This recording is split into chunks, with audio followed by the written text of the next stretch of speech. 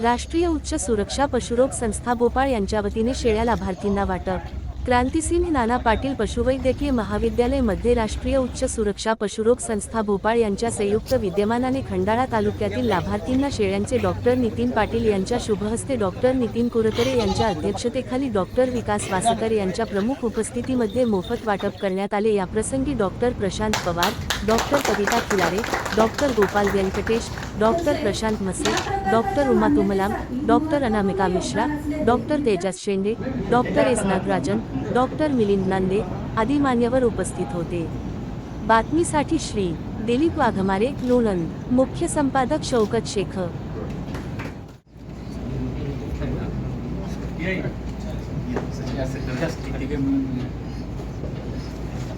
हा फक्त शेतीपूरक व्यवसाय राहिलेला नाही, तर आता हा एक प्रमुख उद्योग झालेला आहे आणि त्यासाठीच मला वाटतं महाराष्ट्र शासनाने आता पालनाला, विशेषतः कुक्कुटपालनाला उद्योगाचा दर्जा दिला आहे आणि उद्योगाचा दर्जा मिळाल्यामुळे आपल्याला बऱ्याचशा गोष्टी शासनाकडून अनुदानाच्या स्वरूपाने मिळतात, परंतु ह्या अनुदान प्राप्त करताना काही अटींचं, काही शर्तींचं पालन आपल्याला करावं लागतं। म्हणजे कोणत्या ते शास्त्रोक्त पद्धतीने आपल्याला शिक्षण घ्यावं लागतं। काही गोष्टी आपण पारंपरिक पद्धतीने करतोय, आपण कुक्कुटपालन करतो पारंपरिक पद्धतीने, परसातलं कुक्कुटपालन करतो, त्याचबरोबर आपण शेळी पालन करतो, परंतु त्याला आपल्या शास्त्रीय ज्ञानाची जोड देणं हे आवश्यक असतं। म्हणजे कितपत चारा द्यायचा, किती कधी द्यायचा, जंत निर्मूलन कधी करायचं, प्राण्यांचं लसीकरणाचं महत्त्व काय, ह्या सर्व गोष्टींची आवश्यकता ही अशा प्रशिक्षणात असताना हाच आजच्या ह्या कार्यक्रमाचा उद्देश आहे। आणि हा प्रकल्प जो राजीव गांधी विज्ञान प्रौद्योगिकी संस्थान यांच्या आर्थिक मदतीने आम्ही जो राबवतोय, या रोग निदानात आणि उपचारांच्या दरम्यान आम्हाला शेतकऱ्यांशी जे काही इंटरॅक्शन करायची संधी मिळाली, संवाद साधण्याची संधी मिळाली, त्या माध्यमातून असं निदर्शनास आलं की शेळी मेंढी पालनामध्ये बऱ्याचशा शास्त्रीय गोष्टींचा प्रादुर्भाव नाही, जे काही पारंपरिक पद्धतीने शेळी मेंढी पालन करत आहेत। बऱ्याचशा जुन्या रूढी परंपरा चालू आहेत, त्याच्यामध्ये जसं की शेळी आजारी पडली तर त्याला आपण डाकतो, सळईने डागणे, त्याच्यानंतर अंगारा लावणे आणि आजारी जनावर पडल्यानंतर पशुवैद्यकाशी संपर्क न करता मेडिकल स्टोअरवाल्याशी संपर्क करून औषधं देणे, अशा बऱ्याचशा गोष्टी आमच्या लक्षात आल्या आणि त्यातून आम्हाला असं वाटलं की हे जे पारंपरिक पद्धतीने शेळी मेंढी पालन करत आहेत त्यांचं कुठंतरी क्षमताबांधणी करणं आवश्यक आहे। तसंच मागील 5-7 वर्षापासून आम्ही शेळी मेंढी रोग निदानामध्ये आम्ही आमचं महाविद्यालय काम करत आहे आणि त्या माध्यमातून आम्हाला बरेचसे आजार महाराष्ट्रात पहिल्यांदाच आम्ही रिपोर्ट केलेले आहेत, ज्याच्यामध्ये कॉन्टिजिसेग्लेक्शा आहे, OEH2 इन्फेक्शन आहे, ओवाइन थायलिरिओसिस आहे, जॅक्सिप्टे, जे आपल्याकडे याचे रिपोर्ट्स नव्हते सर।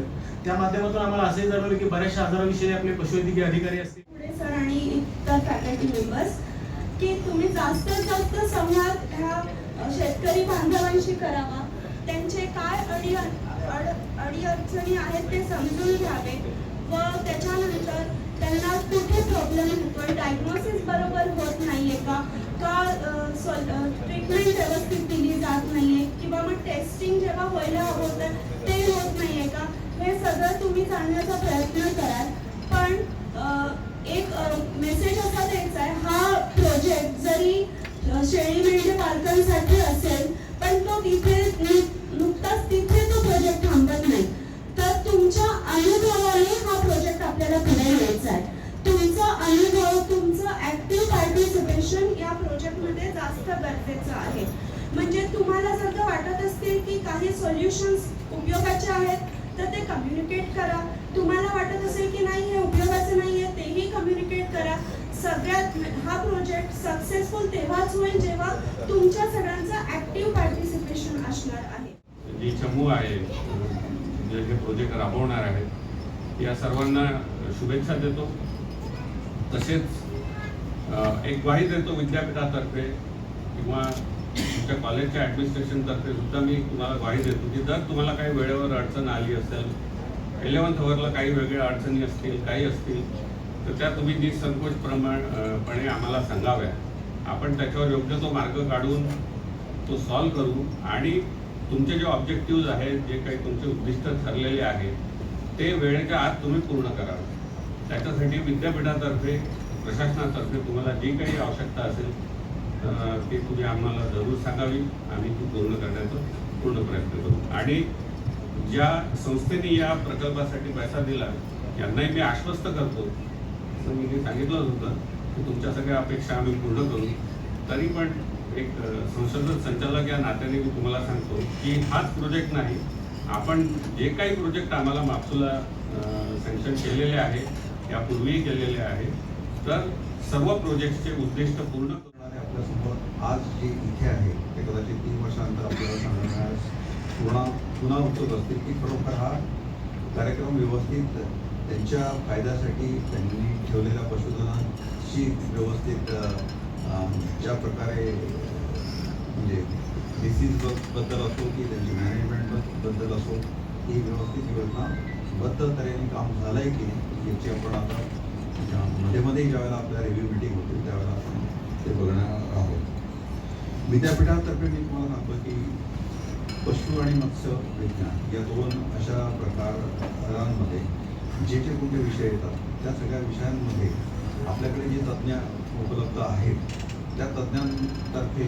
अशी अपेक्षा असते की त्यांनी समाजामध्ये जे काही पशुधन आहे आणि पशुपालक आहे त्यांच्या समस्या ओळखून त्या प्रकारे त्यांनी असे काही प्रोजेक्ट्स द्यावे आणि प्रोजेक्ट मिळवताना मग आपण RGST सारख्या प्रत्यक्ष योगदान देणाऱ्या सर्व उपस्थितांचे मनपूर्वक आभार मानण्यासाठी मी डॉक्टर प्रशांत पवार आपल्यासमोर उपस्थित आहे.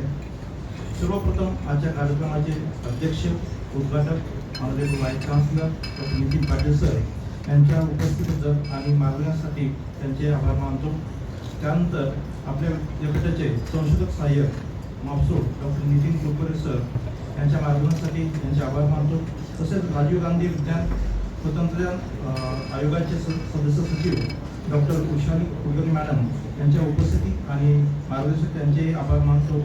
तसेच या कार्यक्रमासाठी परवानगी दिल्याबद्दल आणि नेहमीच मार्गदर्शनासाठी आपल्यासाठी महाविद्यालयाचे लाडके सहयोगी सुद्धा डॉक्टर वास्कर सर यांचे आभार. सदर प्रकल्पासाठी बहुमूल्य सहकार्याबद्दल प्रकल्पाचे सहाय्यक OP आहे doctor Khandekar sir, doctor Sachin Pawar sir, doctor Uma madam यांचे या प्रसंगी आभार मानतो. तसेच महाविद्यालयातील सर्व प्राध्यापक, विविध कमिटी चेअरमन, को चेअरमन, सदस्य यांचेही आभार मानतो. तसेच इतर सर्व उपस्थित सर्व पशुवैद्यकीय अधिकारी, वेटरनरी ऑफिसर तसेच शेळी मेंढी पालक यांचे मनापासून आभार मानतो. आजच्या या कार्यक्रमासाठी यशस्वी करण्यासाठी आयोजनासाठी प्रत्यक्ष तसेच अप्रत्यक्ष सहकार्य करणाऱ्या प्रत्येकाचे मी मनपूर्वक आभार मानतो. तसेच आभार व्यक्त करताना अवधाने कोणाचे नाव राहून गेले असेल तर त्याबद्दल मी दिलगिरी व्यक्त करतो आणि आपल्या सर्वांच्या सहकार्य आणि योगदानाबद्दल आमचे सदैव मोलाचे सहकार्य तुम्हाला राहील.